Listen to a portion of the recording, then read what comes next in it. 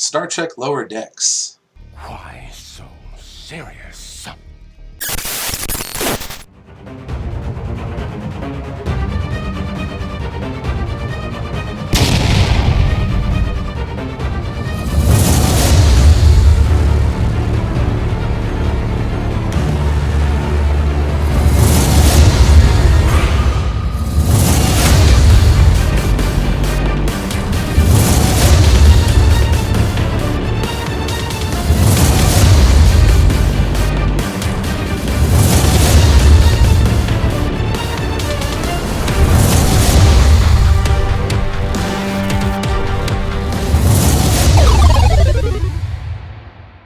Captain's Log.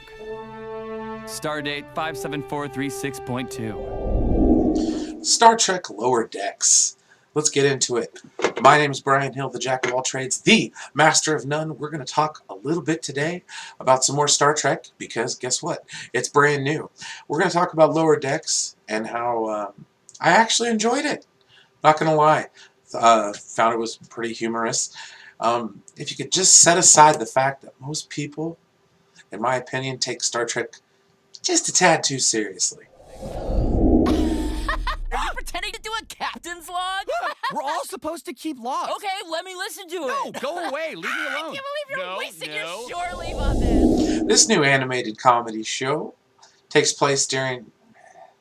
Who cares? Honestly, I think that plays into what I was saying earlier about how people are just taking Star Trek way too seriously. Too much emphasis on canon. It gets exhausting after a while.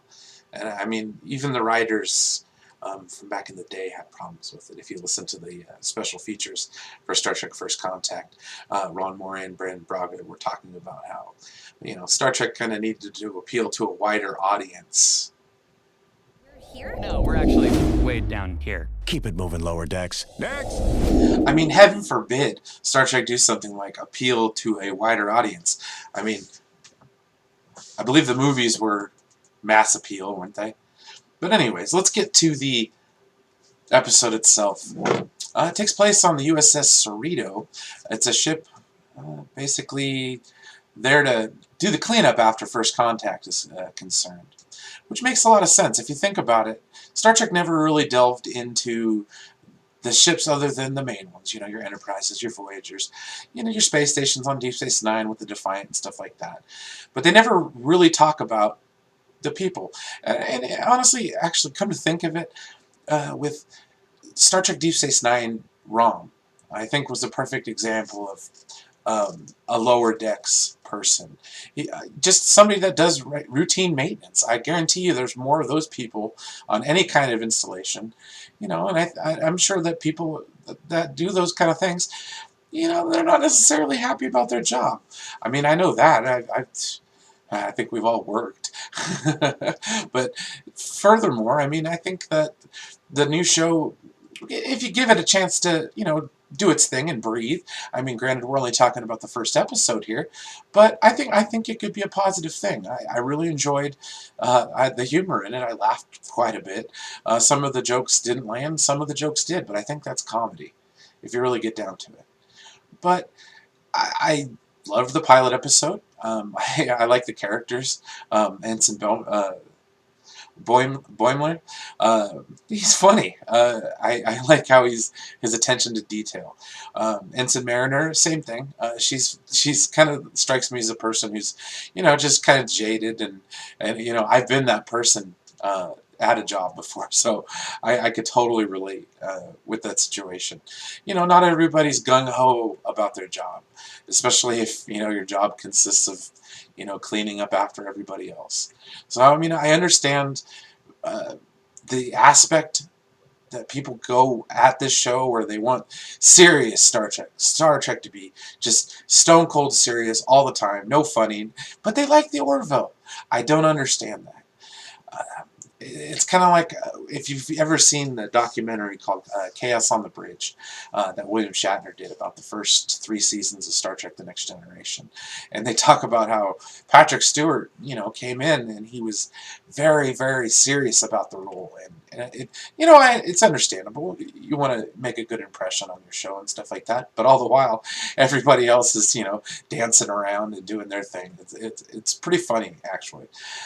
But as far as the new CBS stuff, I mean, heaven forbid they make a show for somebody that's not a Star Trek fan so they can actually, get into the show for a change. I think that's going to be crucial for them going forward, especially with Deep Space, or not Deep Space Nine, Star Trek Discovery going into its 3rd season, and then a 2nd season of Picard, which I can't wait for, and also Strange New Worlds, the show with Anson Mount's Captain Pike, which I've also said, hey, let's do it. I don't care. It's Star Trek. Let's watch it, man. I've heard comments saying that it's a good comedy show, but don't put Star Trek in it. And to that I say, why so serious? But at the end of the day, I think people will enjoy it that aren't Star Trek fans, and honestly, I think that's what it's meant for, because to this point, I think CBS has come to the conclusion that they can't please everyone, especially some of the more traditional stodgy fans, that I have to say. Give it a shot. Don't feed into the negativity that's been surrounding the franchise since basically they put Discovery out. I understand, because I was one of those people that didn't like the JJ movies very much, especially Star Trek Into Darkness. Maybe one of these days I'll go into why I don't like it in a little more detail and stuff like that, but at the end of the day, they just flipped the glass, and it was awful. But, like I said, I really enjoy this show. I mean, why wouldn't there be a ship like this in the Federation? Do all the ships in the Federation have to be, that way? And I understand, it's Starfleet, but once again, it's when people take it serious. And that's kind of how I feel about things in general. Like, once at work, you start taking things too seriously, the job becomes drudgery. At least it does in my opinion. That's kind of why I'm heavily considering finding a palate cleanser as far as work is concerned. But don't worry about me, I can find it easy. I really like what they did, and I hope they keep it up. More videos will be coming, especially since we got new Star Trek. Really excited about that. Still doing my collaborations with Mad Max the Mandalorian over at Movie Madness Entertainment. I'm hoping to get a little other conversations going about Star Trek, because it's something near and dear to my heart, and I love the new stuff, and I can defend it, because I think people feed into the cult of personalities a little too much, especially when it comes to fandoms. I mean, you get set in your ways, and I see it. Look in the comment section of most of the Fandom Menace videos about it, because they are going off about it. And I thought to myself when the trailer came out that this is going to be Menace, or fodder for the Menace. And sure enough, they failed. They didn't fail to disappoint. So try not to focus so much on the negative reviews.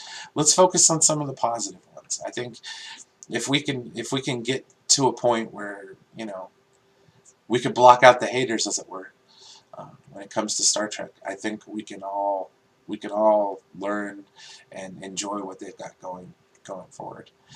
So anyways, I think I'm going to wrap this up. I wanted to make it quick. I definitely want to say thank you to everybody who's been watching so far. We're almost to 60 subscribers, so I think that's pretty admirable, considering I haven't put out much content over the last couple months. It's just been really hectic with things and work and collaborating on streams with other people. So I hope to focus a little bit more, especially since I've got stuff to talk about, as it were. So anyways, Make sure to like, share, comment, subscribe, all that other good stuff. Thanks for watching, everybody.